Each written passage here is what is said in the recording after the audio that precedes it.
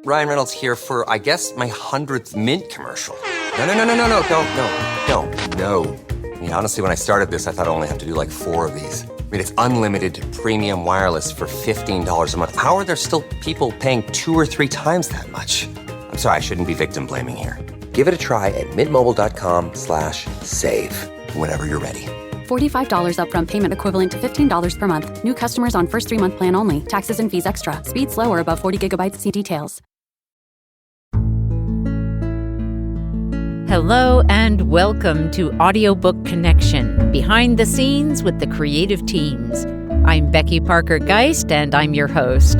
Audiobook Connection is your place to learn about the audiobook creative process in discussions between the authors, narrators, producers, and post-production teams that bring them all together, as well as guests who have listened to the audiobooks and have questions for the creative teams. This podcast is sponsored by Pro Audio Voices, helping great stories come alive through audiobook production and marketing. And I'm really excited to have with me today Kellyanne Manuel. She's an inspiring new author with a catalog of 31 modern-day nursery rhymes to her credit.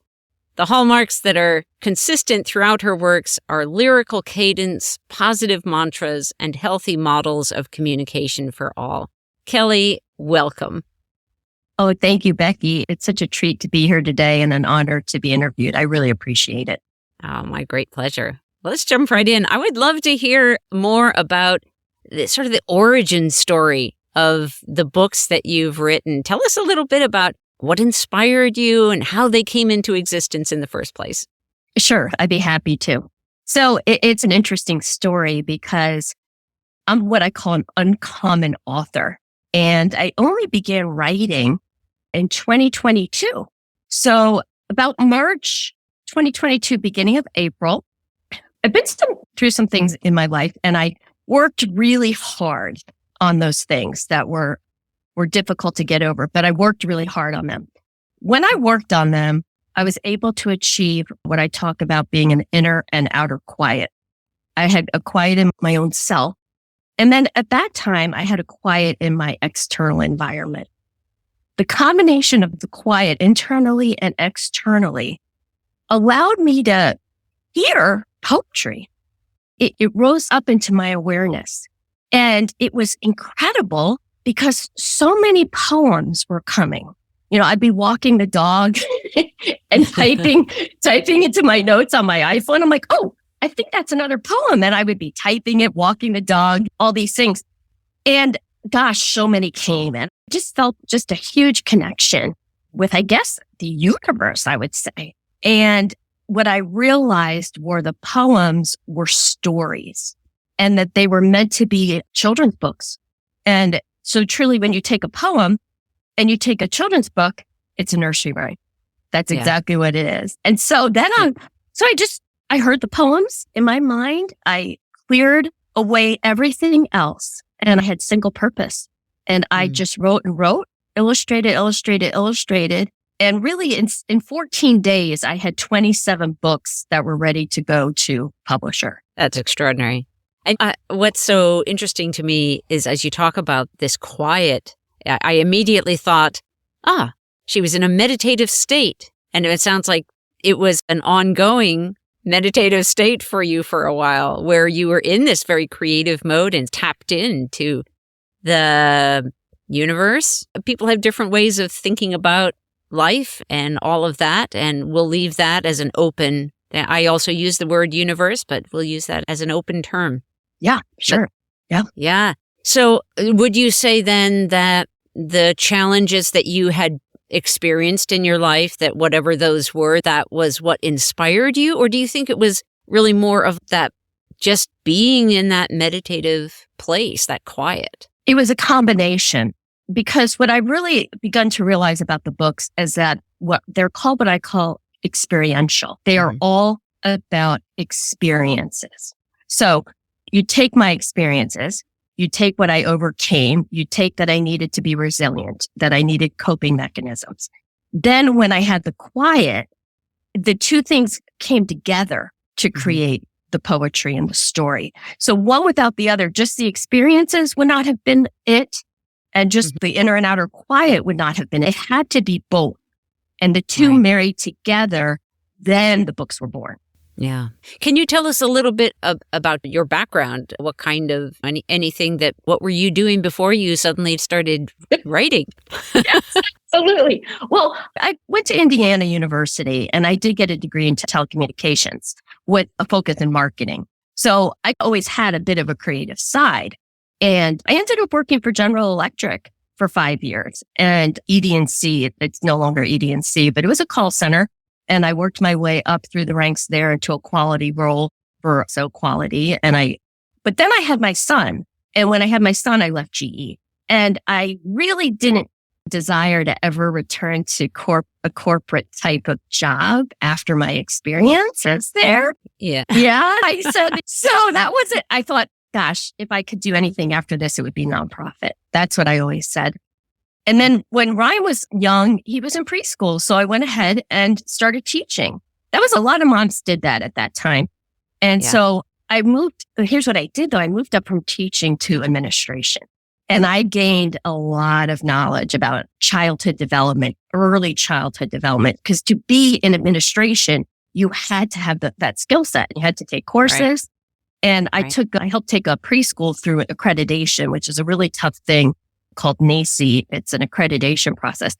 But by taking the school through accreditation, I learned so much about child development. Yeah. And when I talk about meeting the child where they are, that is a NACI philosophy and really served me well now so then I did the preschool thing. And then my son, he had some health issues. He had some serious asthma and it really made it difficult to do a 5-day-week position. So I took some time off. And then our family did a lot of DIY. We did a lot of renovating and we did it ourselves. So for the majority then of my adulthood, I was invested in redoing properties, property management, everything that goes along with multiple properties and upkeeping them and actually doing the manual work myself, which it's funny because some of the books, you'll get a glimpse of that I did on that kind of life because the book, The Still Bee, is about a bee that's pausing from its work because really I was busy buzzing like that busy bee all the time. And that book is a reflection of, hey, working all the time and being involved in projects are great as long as it's not all time. So what you'll find is my books will have features of my life, including some of my son's health issues and medical things. I have a book called The Away Cast, and there's some characters in there that children can call upon for support and for bravery. The characters are bravery and bolder. So every book you're going to find there is a thread back to something that I experienced. And I think, hey, let me take what I learned from the event and put it into a nursery rhyme for children. Yeah. Nice. It's interesting. I also have a background in early childhood education and started as a mom in a co-op and then was teaching preschool and then moved into directorship and then started my own program. So I totally hear you. And that's funny. But what a cool thing then to have all of that background in early childhood education, because it really does inform so much now of the work that you're doing as an author. So that is very cool. Thank you for sharing that. Yep. Now, you have a few different series. You've got classics, Rainbow's End. Tell us about those. And I would love to hear from your perspective, what differentiates those from each other? Of course. What's so interesting is when I wrote the books, they were not in categories. They were not separated out. I just wrote and created. When I went to submit them for publishing, I had to create synopsises for every book. In doing that, it hit me that they were falling into category. It's so crazy how it all happened. I know. So I'm like, okay, what should I call what this book feels like? And I'm like, this book feels like what I would call one of my classics. It's a classic. So my classics are what I call my most timeless books. They appeal to really any age group, even though they're written for children. And any age person can pick up a classic and they will glean something from that book.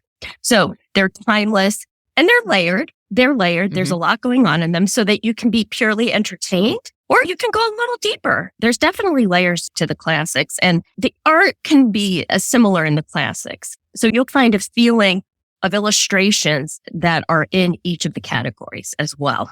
Okay. Then the essentials. Then I had some other books and I thought, gosh, these are essential for children on a daily basis. So the essentials are all about positive self-talk. For an example, one of the books is The Morning Good. So I flip titles. Instead of Good Morning, it's The Morning Good. And it's just about saying, hey, the morning looks pretty good to me. I'm going to go ahead and take on my day. Something as simple as that. So the essentials are about kind of daily rituals, that positive self-talk that you want the child to be having with their own self as they take on the day. The essentials are really helpful for that. And they span a lot of different activities and experiences as well. And I use a lot of animals and the nature kingdom in the essentials, and it's really fun. I find animals and nature to be a thread throughout my books because I do feel like children can relate to them globally. And there's something that each child can find meaning in and take it and make it their own, but yet it's a connectedness for the globe. That's why I love to use animals and nature. Yeah. Then I have what I call My Name Is. So what was happening is some of the poetry was starting out the same way. And that's the My Name Is series. And it takes the child and a narrator. And the narrator is either a mountain or a character I call Art Vine or a character named Wing. And it's about observation. And the child has a conversation with either Mountain or Art Vine or Wing, and they make observations. And then the character responds back, and it's a very civil modeling of discourse and just pure observation and be able to state, hey, this is what I see. And then give an opportunity for the other person or character, what have you, to say, hey, that may be what, but here's what's going on. Here's what I think is going on. And it's just, they're just delightful to have the back and forth. So those are My Name Is, and they're really special. And I know I've got more of those that I want to do. I've got more that I want to do in all the categories. Yeah. But then finally you have Rainbow's End. Like I said about the beginnings. So some of the poems all kept starting with, the other day I went to visit a friend who lives at the tail of a rainbow's end. So that became very clearly the Rainbow's End series. Right. And those books are to transport the child as well as the caregiver from everyday reality to pretend world, an imagination world. And what can happen at the end of the rainbow? It gives an author a lot of leeway to create events that have never occurred before, like, for example, the Boots Rain. So instead of rain boots, it's a Boots Rain. Where else can you have a Boots Rain but at the end of the rainbow? Yeah. It's great. It's just delightful. Yeah. And each of these titles is offered individually. And I just want to let our listeners know that there will be one place where they'll be able to get a boxed set, if you will, of the audio books. And I will say actually, we'll just put the link in the description of the podcast. So listeners, you can grab it from there because it's a little long and probably won't be much help in terms of writing it down right now, but we'll have that available for you. And I want to come back to where you were talking about that wordplay with your titles, where you flip it around, because it's really intriguing. Tell us a little bit more about that decision and the wordplay in your books. Honest to goodness, I think for me, it's about bringing something new to the table in children's literature. Taking something simple like a rain boot by simply changing and flipping a rain boot to a boot rain or a Boots Rain. It just gives such a different view of the world, almost upside down, backwards. And I just feel there's a need in children's literature right now for that, because I feel like children see the world differently than adults. So I guess a lot of the wordplay that I'm doing is inner child, from my own inner child. And having that playful idea of not the adult brain saying, oh, what should I title a book for a 4-year-old? But my inner child saying, oh my gosh, what if my rain boots that are on my feet today, what if they were falling from the sky instead of the rain? And, this inner child voice, that all the work I did allowed that inner child to really come out loud and clear. And that's, I think, a lot of my flipped titles. The case suit instead of suitcase. The case suit. It's just taking such a common, ordinary thing, flipping it, and giving it a fresh, new breath of life so that a child can be surprised, astounded, and then it can also allow them to start having playfulness in their own mind. And what would they flip? What would they do differently than what's already been given to them as this is how things are? You have a rain boot. It gives them permission to have some more play. So I'm trying to really set an example. Yeah. Let's pause for a moment. We'll be right back. Here at Pro Audio Voices, we take a personalized approach to helping you get your project into audio. If you have a children's book and are exploring the possibility of putting it into audio, and you maybe have questions about how to approach it, or does it even make sense for your particular book, these are all things that we can help with at Pro Audio Voices. Just reach out to us at proaudiovoices.com/get-started, and you can book a call so we can talk. If you'd like to just gather some information from the website, go to proaudiovoices.com/children's audiobooks.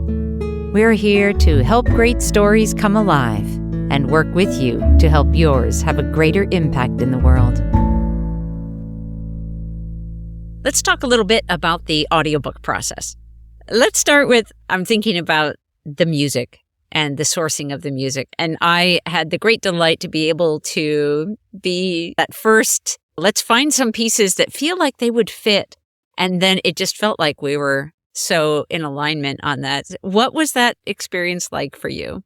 Oh, Becky, I knew the moment I met you that you were going to make music of my books and that you were going to turn them into pure lyrical magic. I knew it. I knew it the moment I met you. And I certainly found that it followed through the second I got the music from you. Yeah. And what was great was somehow it was 31 books. That's a lot of books. Yeah. Okay.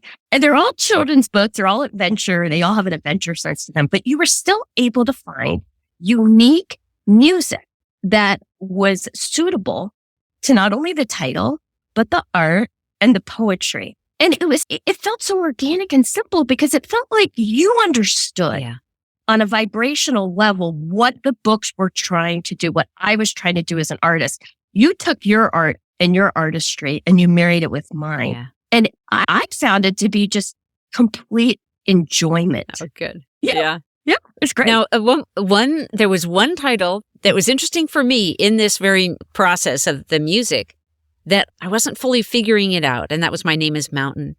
And I remember so well that conversation and asking you to talk to me a little bit more about what was happening in that dialogue. And once I got it, I was like, oh, okay, yes. And then being able to find the right music for that. Do you remember that moment?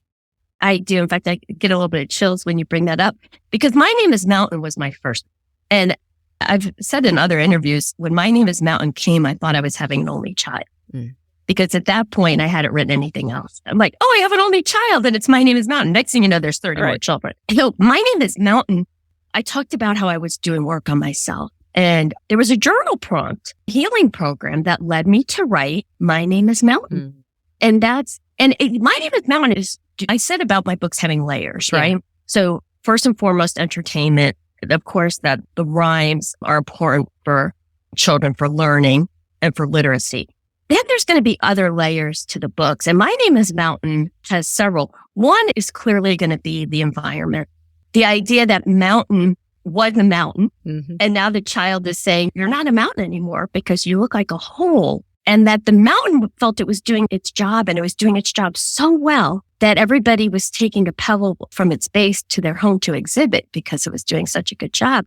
And little by little, the mountain was no longer a mountain, even though it believed it still was.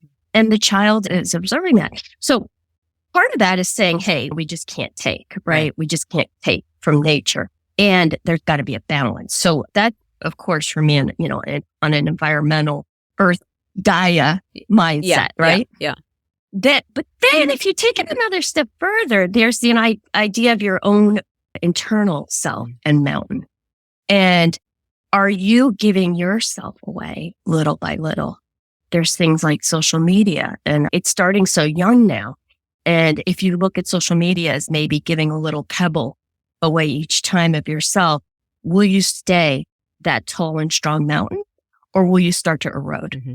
So see, when I talk about multiple layers to the books, that's an example. Yeah. I loved what you said earlier about that series as you were identifying that series and the observation. I love the way you model that we can observe, we can share our experiences, and we don't have to make that into a judgment. It doesn't have to be, no, you're not a mountain. It's what I see is you look like a hole. So that, and it's such a lovely, gentle way to model that. Because I think that in our society in general, we're so caught up with, I need to be right. Someone else needs to be wrong. And if I see it this way, that means that's the way it is, when that's not true at all. Of course, every person sees things, experiences things in their own very unique way. So bringing this kind of model forward, I think is beautiful and such a gift of your work. So thank you. That means a lot to me. I do say I felt so single-minded to get these books out. Yeah. And I believe it has a lot to do with timing. Yeah. And when you talk about what goes on in the world and what goes on in discourse, the books came now for a reason. Yeah. They came for children now. Yeah. And wouldn't it be wonderful if the caregivers also gleaned something from the books at the same time? Yeah. Now, when you were suddenly writing and having all these book babies, did you know at the beginning that they were going to be audiobooks too? No. I felt this lyricalness to them. Mm-hmm. I kind of describe my experience with the books as the movie Field of Dreams, where you build it, they will come. Right. And remember how he was like, oh, I'm going to build something. Everybody was like, what are you doing? The books were very much like that. They came in such an organic way that I didn't have a lot of foresight. I just did what the inspiration felt like in the moment. Mm-hmm. Well, that's what happened with audio. Yeah. When I was starting to look into PR, and when I was ready for that, and then Black Chateau Enterprises, my great PR firm. They're wonderful. When I met with Desiree, with the owner, I said, I feel these need to be audiobooks. And she said, well, I have the company for you. And of course, it was you, Becky, and your company. And like I said, when I met you, I knew automatically that you would do the audiobooks. So it was just kind of a little bit of a journey. Yeah. And I just would get inspiration and intuitive hits on when to do things. Yeah. And that's exactly how I found you. And it was perfect because had I researched it before I met Desiree, I don't know that I would have found you. You're out in Oregon and South Carolina. So do you see how this all ends up being very connected? Yeah. Yeah. Like I do. Special. Yeah. And that's being really special. Yeah. So I'm grateful for that. Yeah. But once I met you, I knew, oh my gosh, this has to happen and it has to happen now. Yeah. What would you say is your sort of target audience age range? Yeah, for sure. It's 4 to 8. Okay. Let me rephrase. The essentials. Okay. 8-month-old baby responding to the essentials. Okay. The morning good has polar bears in it, right? And the baby's with the pudgy fingers pointing to the art in the morning good.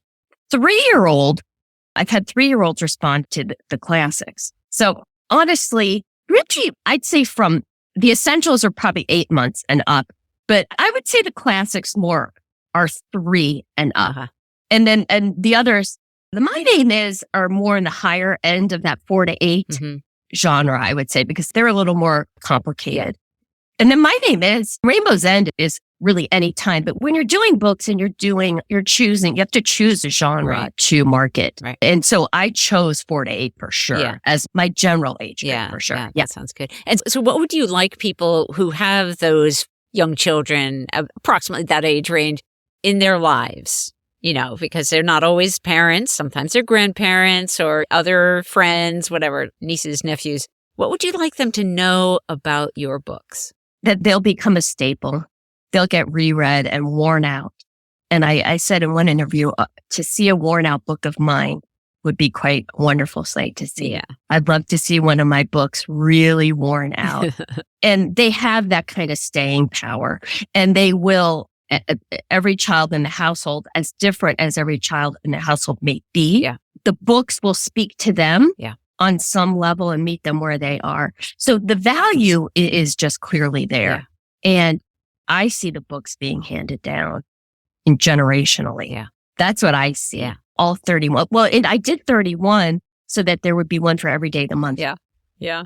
And I hear the bedtime story. The lights go out and the story is playing, or you're in the car and the story is entertaining the kids. Yeah. So many wonderful things. Oh my gosh. Yeah. And I've even thought about people that are separated. And you know how we had stuff with health reasons where people were separated, but you could use a phone or an iPad. Yeah. And to have the books, audio, video, the adult can still interact with the child while that's going on. Yeah. And then they can also read the book over that way as well and still have that connection. Yeah.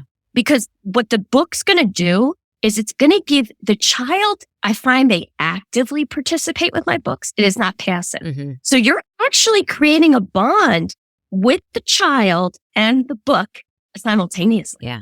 And now we've got we're in the works with video versions of the books, which are now going to take it to yet another level where we have the audio with the music, the sound effects, and a wonderful narrator, Phil Shane, and your visuals from your book. So how exciting is that? I think it's I'm telling you, it gets better and better, Becky. Yeah. It gets better and better. Yeah. And I just want to give a shout out to Riverview Studios that is creating those videos in collaboration with Pro Audio Voices. Yeah. And so those will be available as well. So you've got the full coverage, as we might say. That's how I roll, Becky. Yeah, that's good. That's good. Well, Kelly, I want to thank you so much for taking this time to hang out with me and bring us into the behind the scenes for your books. Thank you. Well, it's an honor, a privilege to work with you, Becky. Everything you've done in your life really resonates with me. And I really appreciate and want to honor that right now and say thank you. Thank you. Well, I guess we will wrap it up for this time. Again, just thanks for being with me. And thank you for creating such wonderful works and bringing them into the world. Thank you.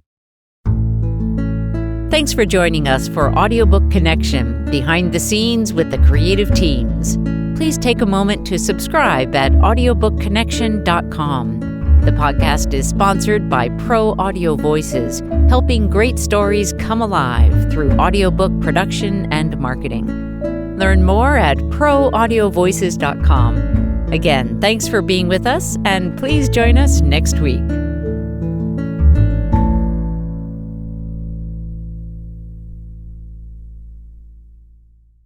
This podcast is a part of the C-Suite Radio Network. For more top business podcasts, visit c-suiteradio.com.